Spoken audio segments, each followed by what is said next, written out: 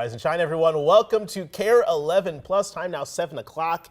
Jason Hackett and Alicia Lewis with you. We got a lot to get to this morning. We have Michelle at the airport talking about the TSA's new policy. You're allowed to keep your shoes on. Yes. And then the new State Fair foods that just dropped here in the last hour. Good morning. Good morning. We get to keep our shoes on and we get to see the new foods. John, 43 days away. I can't wait. I do like trying the new foods, and even if they're weird or terrible, it's still nice to check them off the list. The PB&J Crustable burger thing, I know we're gonna eat it. I'm not excited about it, actually. It seems just weird, you know? Cheese curds on a burger, jalapenos, great. I don't know about peanut butter. All right, let's get out there. Today's quiet. Again, you can see satellite and radar. Not a whole lot going on. You can see up towards Bismarck. You have a little bit of activity up there. Temperature-wise, we're hanging in the 60s, 68 degrees, 62 in Brainerd, 58 in Bemidji. I mean, this is a phenomenal morning. Enjoy it. It's quiet. And get up here. This is where you got to go if you want to cool down. They were in the 40s a little while ago up in Grand Marais. But again, here's that system. If I drew on here, there's this low pressure center sitting here. The low pressure center at this time of the year, most of the time, is in the Dakotas. Now, can we get the low? Yeah, we'll get one on Friday. But they're typically stronger out here. It's just how it is. If you look at Tornado Alley, it shifts a little bit into the Dakotas in July. Sure, we get tornadoes, but it's really here. So what does that mean for us? Well, if they get more of the nasty thunderstorms in the afternoon or evening, storms like to turn into a line and then blow through the state next to it. That's us. That means it's the next morning. That'll be tomorrow morning. Today's perfect. 84 degrees, beautiful. 85 and more at 83 in the Twin Cities. There's nothing, I honestly got nothing to say about today. So let's get to tomorrow. Well, this is today, but I think the SPC storm outlook actually shows you what's going on. So there's a boundary today. Now tomorrow gets a little bit closer. So tomorrow we could see a little bit of rain, but the storm threat is mainly up here towards the actual low itself. So what you can imagine is, okay, if the threat is in the evening, the storms develop and then they move south and east. So we'll see some rain chances in Friday morning, and then Friday afternoon and evening, all right, now we've got our chance for a marginal risk. I think if they put out a slight risk Friday, it'd be mainly Twin Cities to La Crosse, so more of Wisconsin than the metro. And you'll see areas like Bemidji, Alexandria starting to dry out Friday. Now with that chance, we are issuing a KARE 11 weather impact alert Friday. Now it's not for widespread storms, it is for thunderstorms and mainly downpours. Would I change my plans? No, not yet, not yet. Because I need to see the dry time. Because remember last Saturday when it was like, we had a KARE 11 impact on Saturday, barely rained, right? Because, and I think Friday's kind of looking like that. I think it'll rain, probably in the morning, but if it rains a bunch in the morning, that might clear you out for the rest of the day. So it just depends on how much rain we get in the morning. Now, if we don't get rain in the morning, maybe you get some storms in the afternoon and evening. That's called a conditional threat. So tonight and tomorrow morning, the rain will start in Moorhead. It'll, I think, roll mainly from Alexandria, Wilmer, Mankato. Could we see some rain in the morning hours? Yes. Is Thursday mainly dry? Yes. Enjoy your day. I have a 20% chance of rain in the afternoon. I do. But I think it's pretty obvious models say, all right, by Friday morning, we've got a chance, especially in Brainerd and Bemidji, to get those storms. And then Friday afternoon and evening, that's more of the not sure, we'll see. I need tomorrow morning's model run to come in to really feel some confidence on that. But we know we got rain coming in, so we've got the weather impact alert Friday, Saturday and Sunday, mainly dry. CZ. Hey there, 7:04. Let's take a look at where the slow spots are right now. Seeing some slowing here in the Coon Rapids area, Highway 10. That's because there's some road work happening. Of course, our usual slowing areas, the 169 in Bloomington, 169 northbound, 94 eastbound in Maple Grove. Seeing some slowing as you're passing Highway 610. Other than that, things are really quiet out there on the roads right now. I do want to remind you of this project, though, between Golden Valley and Minneapolis. I previewed it earlier in the week, but Highway 55 here, seeing some work, things going down to one lane in both directions between Highway 100 here and then North Penn Avenue. That area is going to look like this until the end of September. So keep that in mind as you're headed out the door, not needing to add extra time at the beginning of your commute, but towards the middle of the morning rush, you will have to add more time headed toward Highway 169 or going toward downtown Minneapolis. Cece, thank you. Let's get to our top story here at 7:05. The father of Manny Collins is heading to court for the first time in connection to his son's death. Murder charges are expected to come down at any moment now.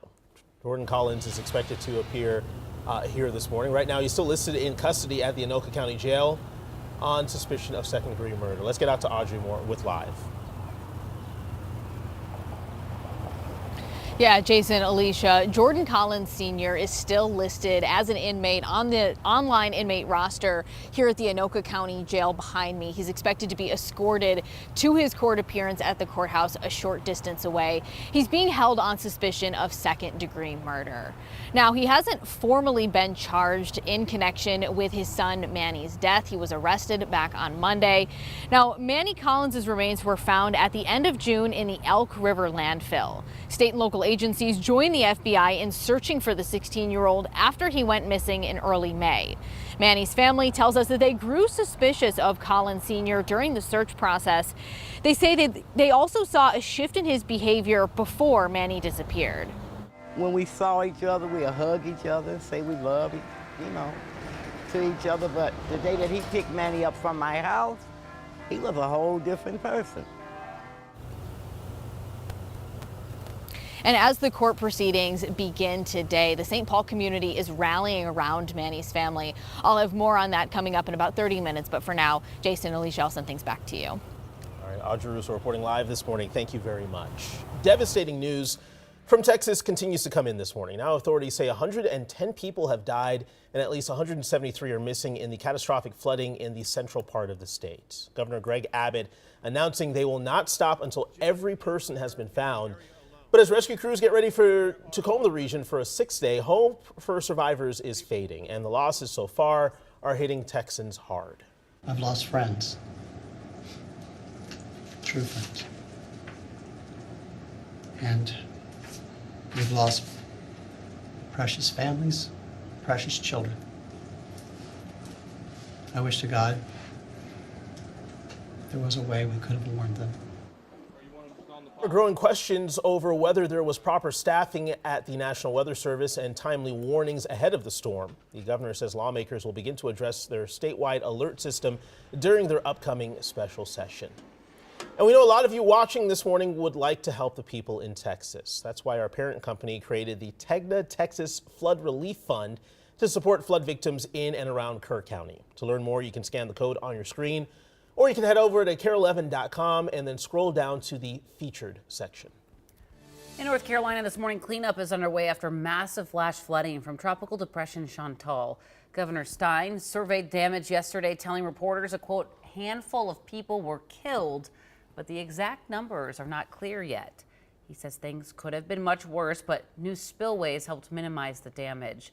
North Carolina is not fully out of the woods just yet. The governor is urging people to be prepared for more rain later this week.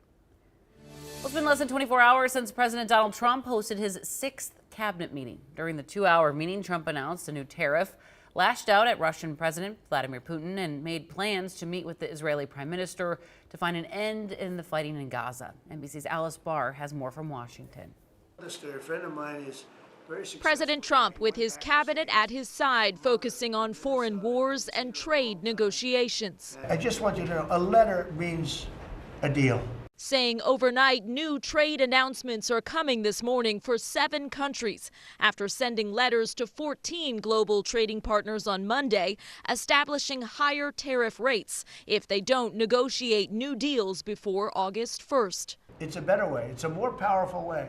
The president also announcing a new 50% tariff on copper imports without setting a date, and saying new pharmaceutical levies of up to 200% are coming.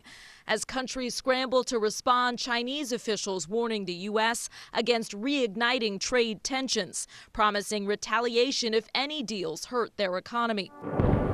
Turning to Ukraine, where Russian attacks are ramping up, President Trump confirming he approved sending more defensive weapons to Ukraine after the Pentagon paused shipments, citing concerns about low stockpiles. Putin is not treating human beings right. He's killing too many people. In a shift in tone, the president voicing increasing frustration with Russian President Vladimir Putin. We get a lot of bull thrown at us by Putin, for you want to know the truth.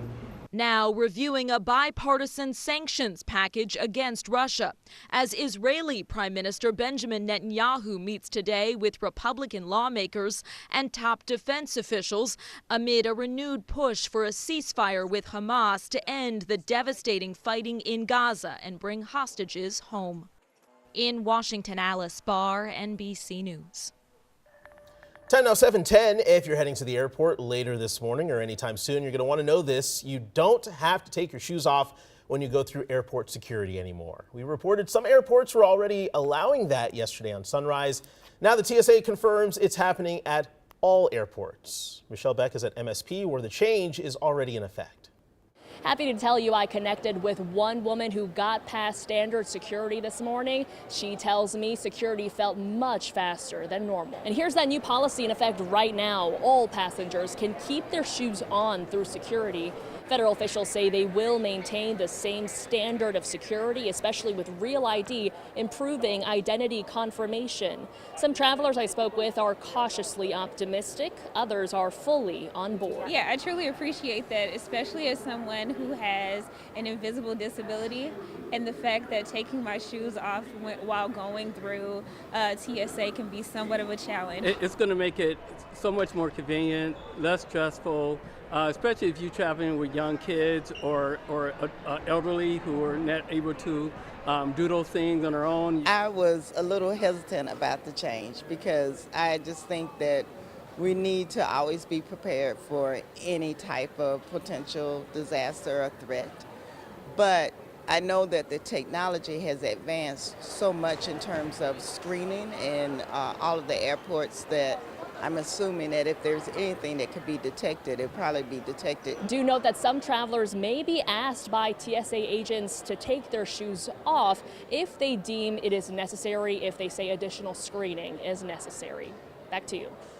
It's a game changer, though, for real, especially with little kids. And you got the stroller, and they got to check that separately. And meanwhile, I'm like trying to get my shoe on, and it's a mess. But now that's going to be faster. It is a bit of a hassle. I do kind of understand what that one woman was saying there about how, times are weird. We always have to stay vigilant, so there is a little bit of hesitation when it comes to the change of the policy. But I think the tech, overall, though, is there. I mean, it's been a long time. Yeah, we should be at the point now where we should be able to use technology to replace us having to take our shoes off. And I don't want to see bare feet. Some people, look at that, the sandals are going somewhere tropical, they're excited, and then they have to take their feet and just walk on the cold floor. Yeah, and then the crust, and then the toenails, and all that stuff. So. What kind of feet? You talk about toe crust. I'm just saying, Sorry if you're eating breakfast, by the way. I've seen some things at the airport, let me tell you. Good people watching. All right, 7:13. Moving on from that this morning, developing an investigation right now in the Twin Cities after what could be the largest drug bust in our state's history. So take a look at this. This is crazy. This is 950 pounds of meth. It filled a truck bed. It was seized in Minneapolis Monday. St. Paul police say that their officers worked with Ramsey County Violent Crime and federal partners to investigate 2 men suspected of selling drugs, and this is what they found in 2 traffic stops. The men are now charged with felony drug sales. Well, if you're driving around at night and you notice it's darker on some bridges, this is why. So take a look at this photo from MnDOT. They shared a bridge from Winona. Look closely. The pile on the ground on the bridge looks like a pile of dirt. Well, that is in fact mayflies. MnDOT says while they're harmless, swarms of them can make the road slippery because the insects are attracted to light. Officials are turning off lights on some bridges for the next few weeks until they fully hatch. And once they do, look how gross. They have these like long, weird little tails. They're big. I don't know if I've ever seen a mayfly. I was at a harbor in the Red Wing area and woke up, and the boats, like you couldn't see out the windows. That's crazy. It looked like something from a scary movie with like locusts or something. They're so gross, but they die. Apocalyptic. Yeah, so they hatch. They're only alive for a few hours, but they do, like I said, stick to boats, cars, bridges, you name it. And yeah, they'll live for 1 to 2 days. Some places even have to bring out like plows because the roads are just littered with They have to plow through the mayflies. Look at them with their long little, oh. I hope to never encounter any of those, but I live in Minnesota now, so that may happen. Welcome. We'll see. Good to be here. Right now, employees at 3M are getting ready to head back to the office. The Minnesota company, the latest to change their remote work policy, So this requires employees in the office at least 4 days a week. That starts on September 1st. In a statement, they say working in the office allows teams to be present and engage on a personal level, both within and outside of meetings. Now, 3M says the changes will not impact distance-exempt employees. U.S. Bank Stadium and Live Nation are preparing for what they're calling one of the biggest shows in Minnesota history.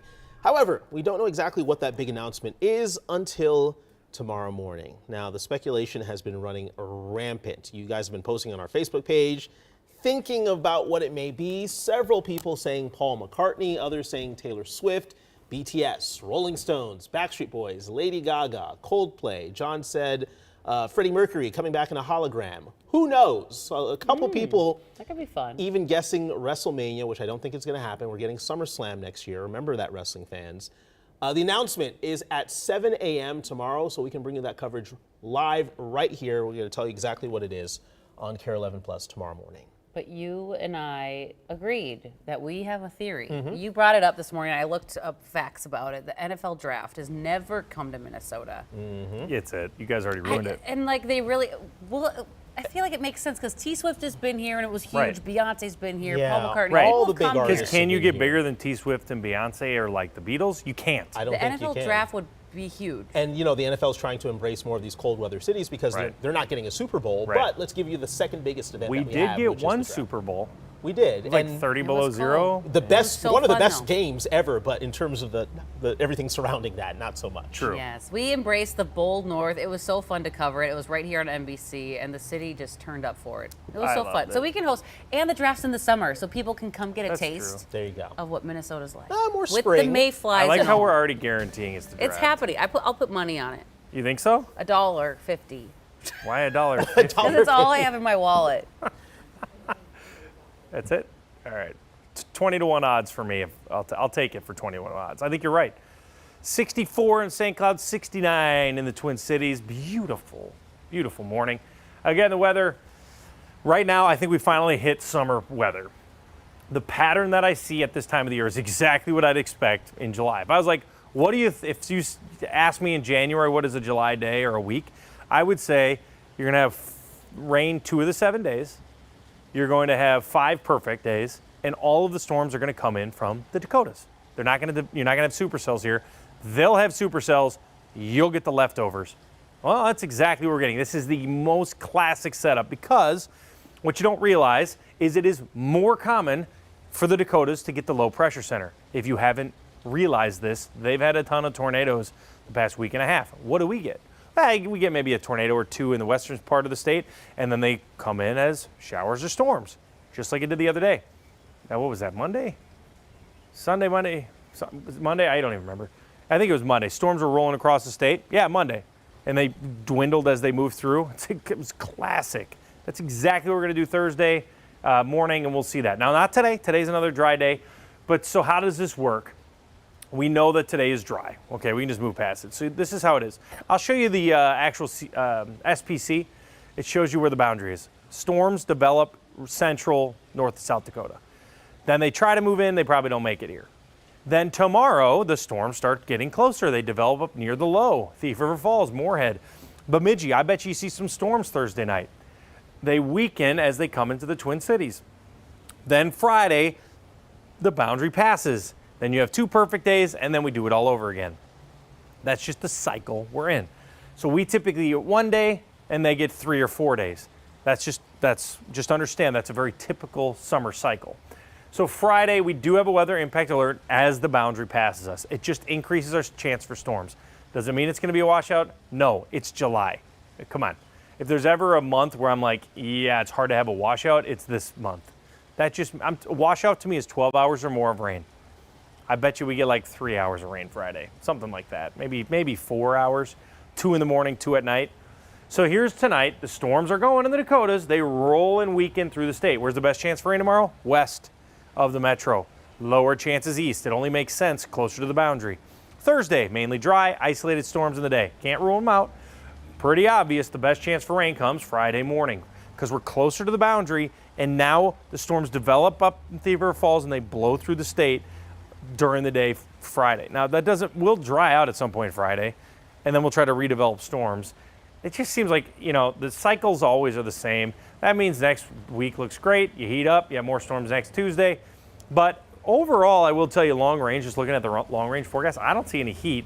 In fact, I think we might have some days in the 70s by the time we get to the middle of next week, maybe Wednesday, Thursday. So some cooler weather on the way. KARE 11 Plus Sunrise is brought to you by Home Furniture. 4th of July savings are going on right now at Home Furniture. Buy more, save more with up to $500 in instant rebates. Get this sofa for just $8.99 or this dining set for $11.99 after rebate. Hurry in for 4th of July savings at Home Furniture.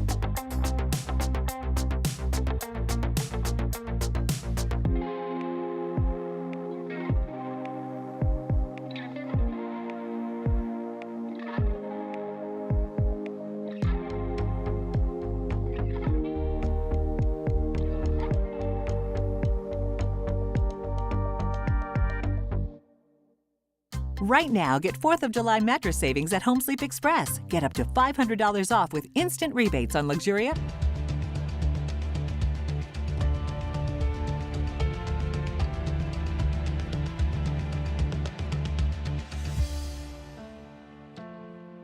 Now 7:22 in April, 2,400 CDC employees lost their jobs. 2 months later, 400 of those were reinstated.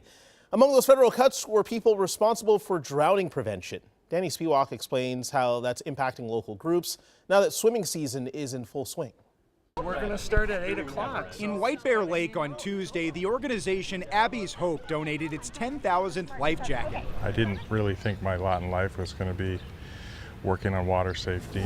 Part of an effort by Scott and Katie Taylor to honor the memory of their daughter, Abby, who died in 2008 after an accident at a public pool. Something to celebrate her life and to help others. Abby's Hope also has a charitable foundation led by Alan Korn in Washington, D.C. Part of the component of addressing injury prevention is public policy. Korn says he's deeply concerned by federal cuts to the CDC's Injury Prevention Center this April that included a drowning prevention team.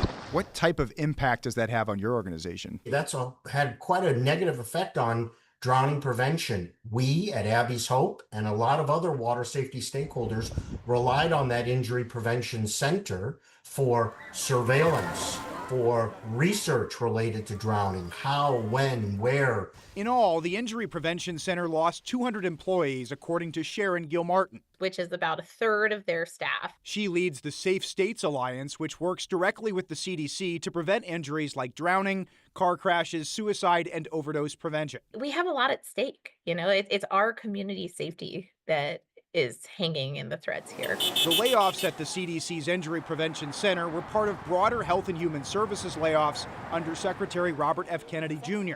In a statement to KARE 11, HHS said critical CDC programs will continue as a part of Secretary Kennedy's vision to streamline HHS to better serve the American people. Kennedy has said as much himself. We have two goals. The first is obvious, to save the taxpayer money by making our department more efficient. And the second is to radically improve our quality of service. On drowning prevention specifically, HHS says it will continue to support evidence-based drowning prevention efforts across the country. But groups like Abby's Hope say cuts to the CDC drowning prevention team will hurt. Without them, we're going to have to fill the void with some other way.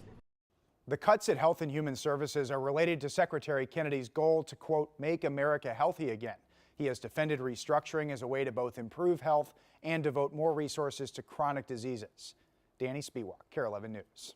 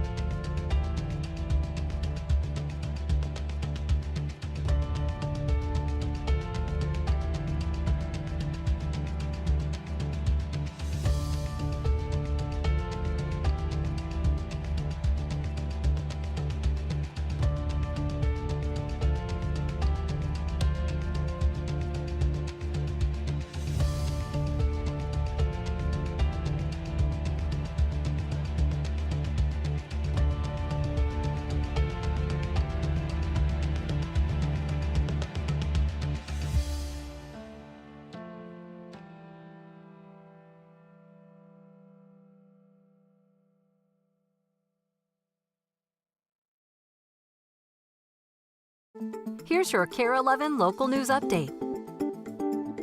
7:26 here on your Wednesday. In just a few hours, the father of Manny Collins will be in court for the first time. Jordan Collins Sr. is booked in the Anoka County Jail, suspected of killing his 16-year-old son. Formal charges are expected just before his court appearance today. The St. Paul community is rallying around the family as the court proceedings begin today. John has your forecast. That's coming up next.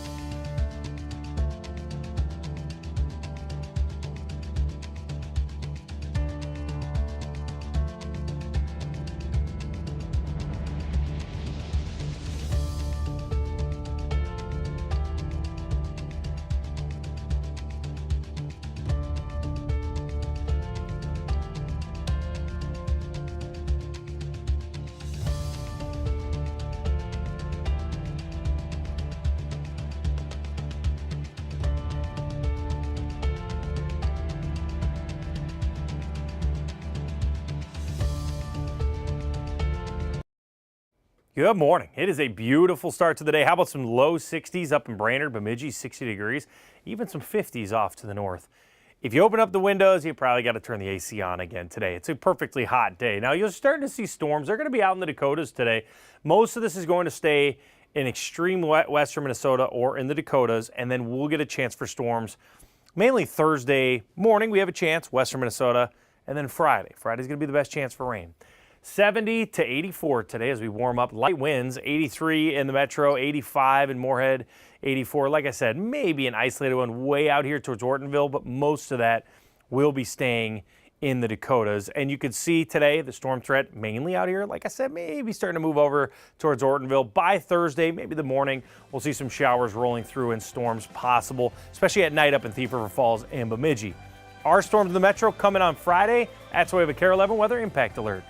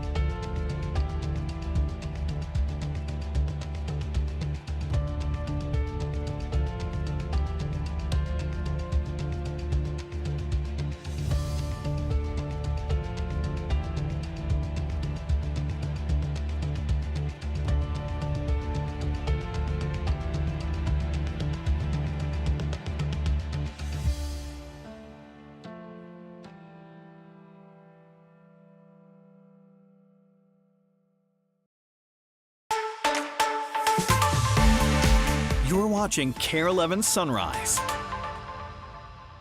Good Wednesday morning, 7:31 is your time. Thanks for joining us and streaming with us here on KARE 11 Plus. I'm Alicia Lewis alongside Jason Hackett on what's going to be another nice one. It was so great to get out, enjoy the patio life, sitting and soaking it in. Enjoy the time outside with the dogs. It was really nice. You got to enjoy these days because, you know, in the summer, it can be a mixed bag, John. No, I mean, this is it in Minnesota. We get like 2 or 3 good months of the year, and then it's wintertime. So you have to enjoy it. Today is a perfect day. 70 to 84. If I could draw up a boat day, I would draw this one up. If we were going to like swim and stuff. Fishing, no, I like 60s.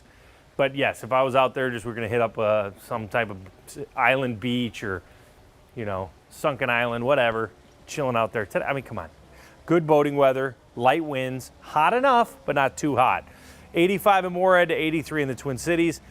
One thing that I think people get confused about, and I always try to explain this, I got time to nerd out here. Blinding sun, yes. So I'll step forward. All right, so at this time of the year, the weather is actually warmer northwest of us. It is. It's hotter in Bismarck than it is in the Twin Cities. Their average high is higher than ours. In the wintertime, their average high is lower than ours. How is that possible? We are actually more extreme here in the Twin Cities than Madison, Wisconsin. We have colder highs in the winter and warmer highs in the summer than Madison. The weather gets more extreme the more west you go. Why? You're getting further and further away from the ocean or the Great Lakes. Water content keeps your atmosphere closer to an equilibrium. The further away from water you go, the more extreme it gets. That is how it is hotter northwest of us in the dead of summer. There you go. There's your nerd out session today. All right, so we don't have a lot to talk about today. Today's great. All right, so let's talk about the storm threat now.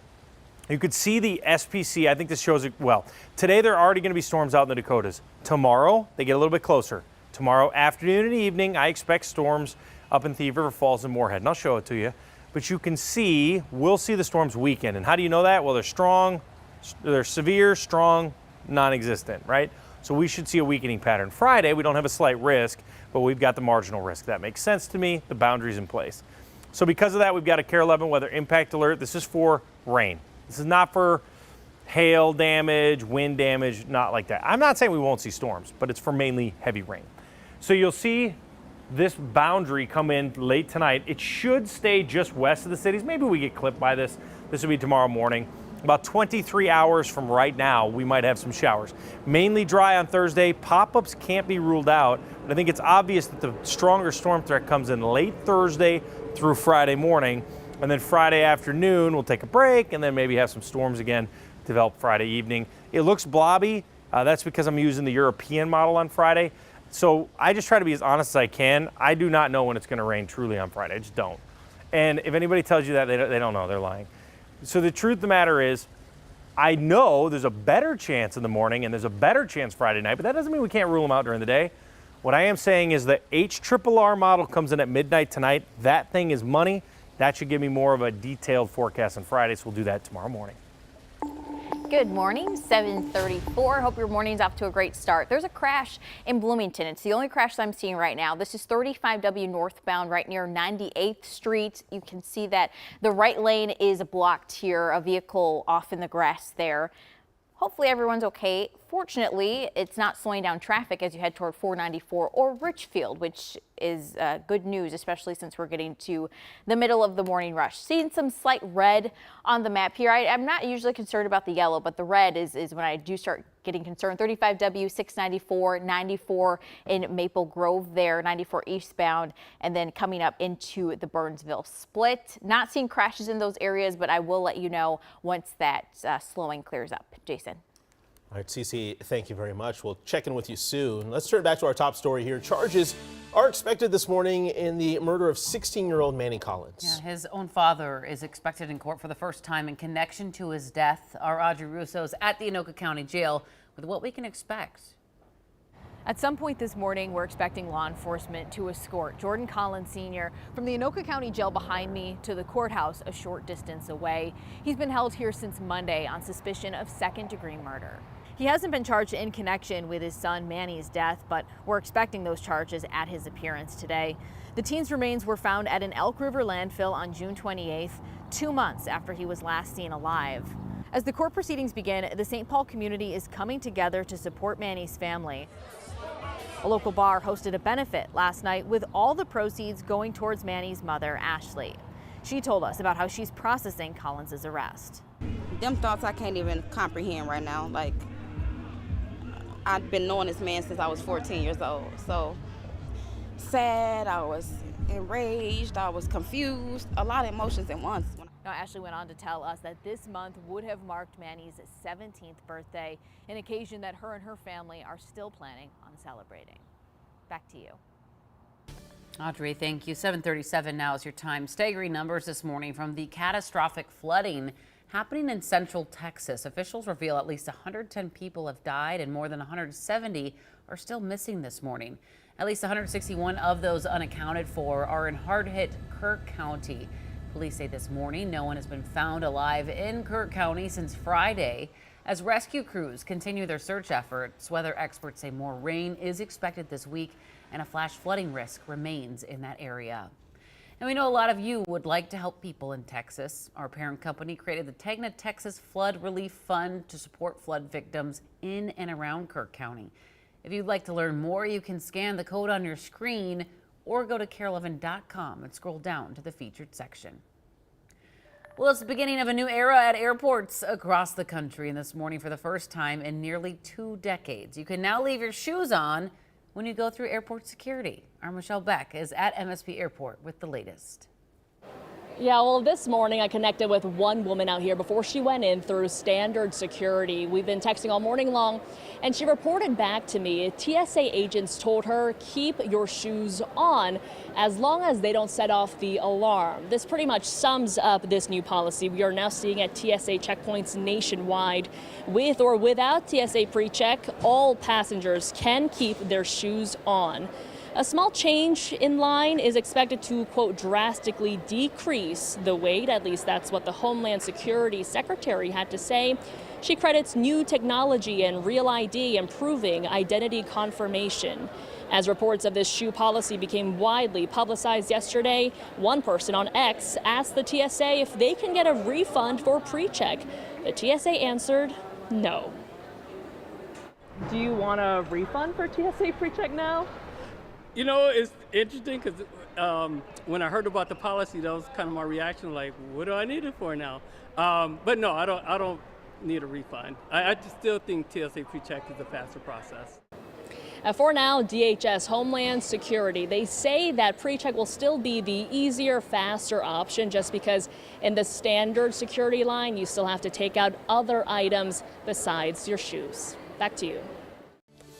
Michelle, thank you. This morning we have an update on a major mess on eastbound I-94 near Zane Avenue in Brooklyn Park. The area fully reopened just before 11 after being partially shut down for 7 hours right through rush hour. State Patrol says hay bales caught fire on a semi-truck, causing the driver to pull to the shoulder.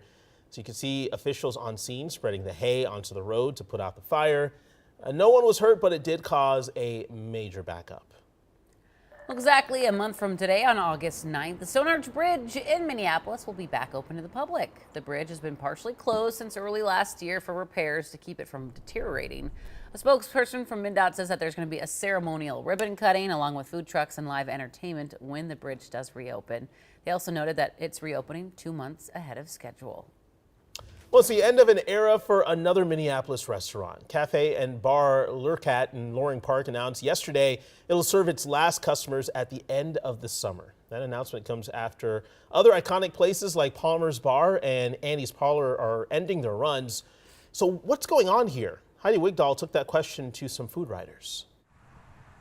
After 23 years, Cafe and Bar Lurkat is closing its doors. And they've sort of been a clubhouse for a certain generation of people, I think, who really started to come of age during the beginning D'Amico era of the early 90s, you know, is when all like the chef culture started, and D'Amico was such a player in that. Stephanie March, editor-at-large at Minneapolis St. Paul Magazine and co-host of The Weekly Dish, has seen some staples recently say goodbye. Annie's Parlor closed last week after more than 50 years, while Palmer's Bar is set to close in September after more than a century. We're seeing kind of some of the stalwarts, some of the long-term restaurants maybe look at when their lease comes up, trying to decide, is it worth it in this new era to keep going? Confronted with everything from the cost of goods to labor, and March says they often have less cash reserves than new restaurants. And they've got excitement and new investors. In the case of Palmer's Bar, people are drinking less. People used to make a lot of money on booze, and they don't necessarily do that anymore. There are big picture factors that play into this, but each individual closure is an individual story. But Jason DeRusha, Minnesota Monthly food editor and WCCO radio host, says restaurant closures that raise alarm bells for him, Revival, Young Joni, and Lurkot. The truth is, people are spending money differently.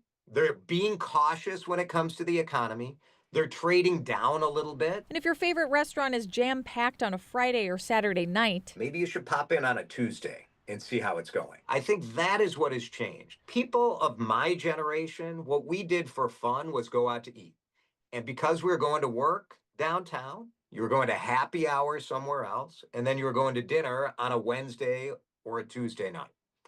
That happens a lot less now. DeRusha says late-night dining is also not as popular anymore. That is enough to take a restaurant that's on the edge and be like, this doesn't work anymore. I think this hits harder. But despite the closures, more openings are coming. March knows of at least 4 that haven't been announced yet. It's good to mourn the ones that we loved because that kind of carries that emotional thread through the tapestry that is the food scene in the Twin Cities. But it's also okay to say we're not falling off the edge of a cliff. There is momentum, there is movement, there is a new generation coming. Now, some good news here. You still have some time to check out Lurkot. Their last day open is on September 5th. In celebration of their 23-year run, the restaurant is rolling out a special menu featuring beloved dishes from its past. So sad to see, though. It is. A lot of restaurants have been closing lately, but new ones are popping up, which is good to see. We're just over 40 days away from the Great Minnesota Get-Together, and this morning, the list of new foods for the state fair officially dropped. Some of the craziest items you can find this year include a dill pickle iced tea. A dill pickle iced tea, pizza, cheese curd tacos, dessert dogs, and a hot honey jalapeno popper donuts. I will not be trying any of that. What I will be trying. Dill pickle tea. No. There it is. I will be trying the deep fried chicken fried bacon. I think that's about to pop up right. No, that may have been it there. And the oxtail. Looking forward to that as well. Mine is the Dubai chocolate with strawberries.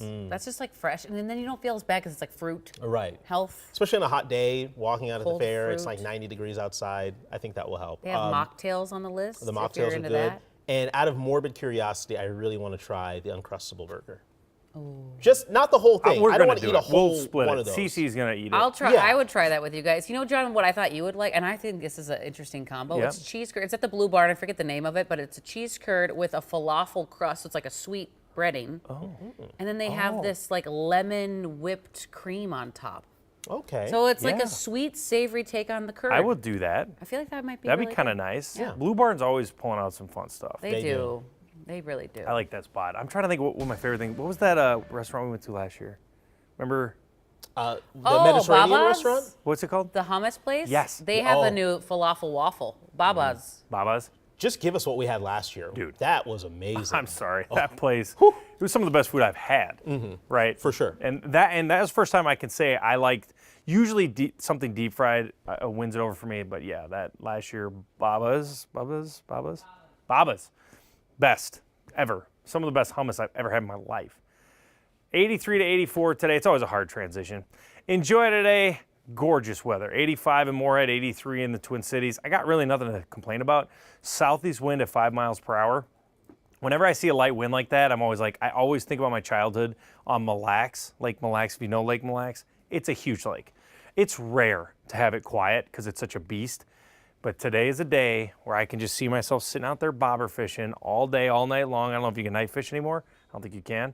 But I just fish for walleye, just bobber, just sit there. And I would just sit there all night. Best time, best time. So severe weather threat, this is what everybody's interested in. Today we know is great. Storms will start developing really on the state line. We'll see that out here near Laverne, Ortonville, Moorhead, and Thief River Falls. I cannot rule out rain today out here. 99% of the state will be dry. But as we go into Thursday, now you start seeing the slight risk show up. I would say Thief River Falls, Moorhead, and Bemidji, you got to be ready for rain. There's a chance late tonight through tomorrow morning. There's a better chance Thursday night. That's going to be the spot where I'm watching storm development take place. Then Friday, marginal risk for everybody. So Friday's the day where I think it's right to issue a Care 11 weather impact alert. It's the day with our highest chance for rain. Rain chances just kind of creep up. So today 0, tomorrow 20, Friday maybe 50%. Not 100. We're not going to have 100% coverage on Friday. So this is going to be for thunderstorms and downpours. That's because it's a marginal threat. If it was a slight risk, I would find the hazards, but there aren't any hazards at this point.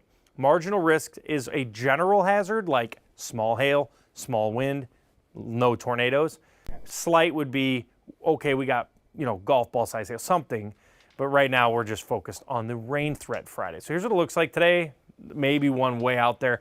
Tonight you see one try to roll down 94. This is into tomorrow morning. That is possible. It is possible, Mankato, Wilmer. These things, my least favorite thing in weather to forecast are these overnight storms. Number one thing, I love snowstorms.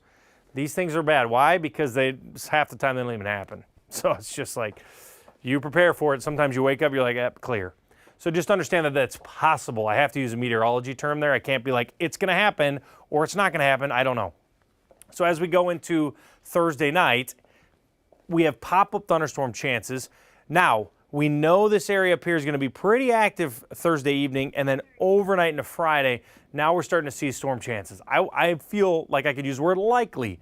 Looks like Friday morning, it's likely, not guaranteed. Nothing in the summer is guaranteed, because on the driest summers, you think of the driest summers we've ever had, there's still going to be rain chances 5 out of the 7 days. It just doesn't rain, right? So just because you have chances for rain here, I typically, especially with the dry period we've been in, I'm going to go pessimistic on it. That means I don't change your plans. Saturday and Sunday, those are dry days. Enjoy them. There's always a chance for rain in the morning almost every day in the summer. Maybe one Saturday morning, but Sunday looks really nice. If you're just now joining the streaming show, I've been tracking this crash in Bloomington, 35W northbound. This is right near 98th Street. I got a different view of the situation. We see the right lane here is closed. There are some emergency vehicles and patrol cars there, but you see it's not slowing down traffic going toward 494 and Richfield. This is usually a busy stretch anyway, but again, I'll let you know when this crash clears and when if slowing eases up.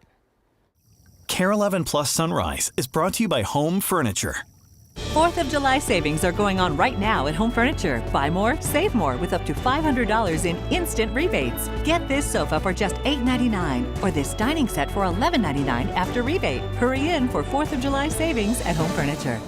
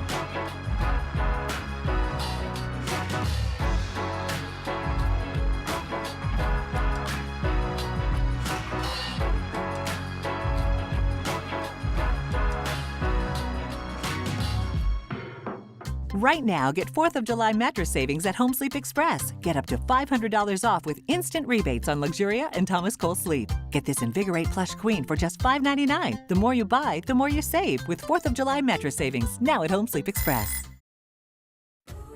Welcome back. She spent more than 6 decades at the bar, and she's not slowing down. At 82 years old, a Virginia ballet teacher, yeah, that kind of bar, is still inspiring dancers of all ages. Rob Cardwell has her story. If you've ever been to a performance of the Nutcracker by the Richmond Ballet, you may have talked about the performance of the grandmother. Ask her, and she'd rather you didn't. Watch that you don't roll over in your foot. She wants you to talk about Carry on the second and you hold. the people around her. I do. I'm a teacher, so that's what I love to talk about. Pirouette to second. Meet 82-year-old Susan Massey, tiny dancer, Register. mighty teacher. Regita. I've been teaching over 60 years. I performed before that, and I was studying since 7. Pirouette and 2, 4th and a D and a straight. Susan joined the faculty of the Richmond Ballet in 1992, but her career started after graduating from the University of Utah, receiving degrees in ballet and modern dance. And up and a straight. From that landlocked state Pirouette to the 4th. to training and performing in Russia, Denmark, Europe, and England, performing and then teaching And you're up. for one reason. Ballet is one of the most beautiful, it's like poetry. It's like fluid poetry. It's a beautiful form of expression. And Susan has a knack for teaching, even to students who have no coordination whatsoever. Take this one up to where you can still see it. That's good. Oh, she's the best. She's such a gifted instructor. Chris Colt will tell you Miss Massey taught him the joy of expressing himself. So I actually started taking this the first time they offered this intro for adult ballet about 13 years ago. And I saw it advertised and thought, I'm about to turn 40. It would be really cool to do this thing. Since then, he's been performing in the Nutcracker as well. Susan says her happiness comes from teaching adults about the joy of dance. These students are not the Richmond Ballet's professional company. They're members of the community who take classes recreationally to either learn ballet or tap back into something that they might have studied when they were younger. For fitness, for a hobby, for developing a love of ballet. Ding, ding, ding, little victories. There isn't a class that goes by every day I teach that I don't see somebody go, oh, yes. Building a love of ballet Hey, 1, 2. is building better minds. Pretty cool. So it turns out dancing runs in their family. Susan's husband, John, teaches ballroom dance and drama at Virginia Commonwealth University. We'll be right back.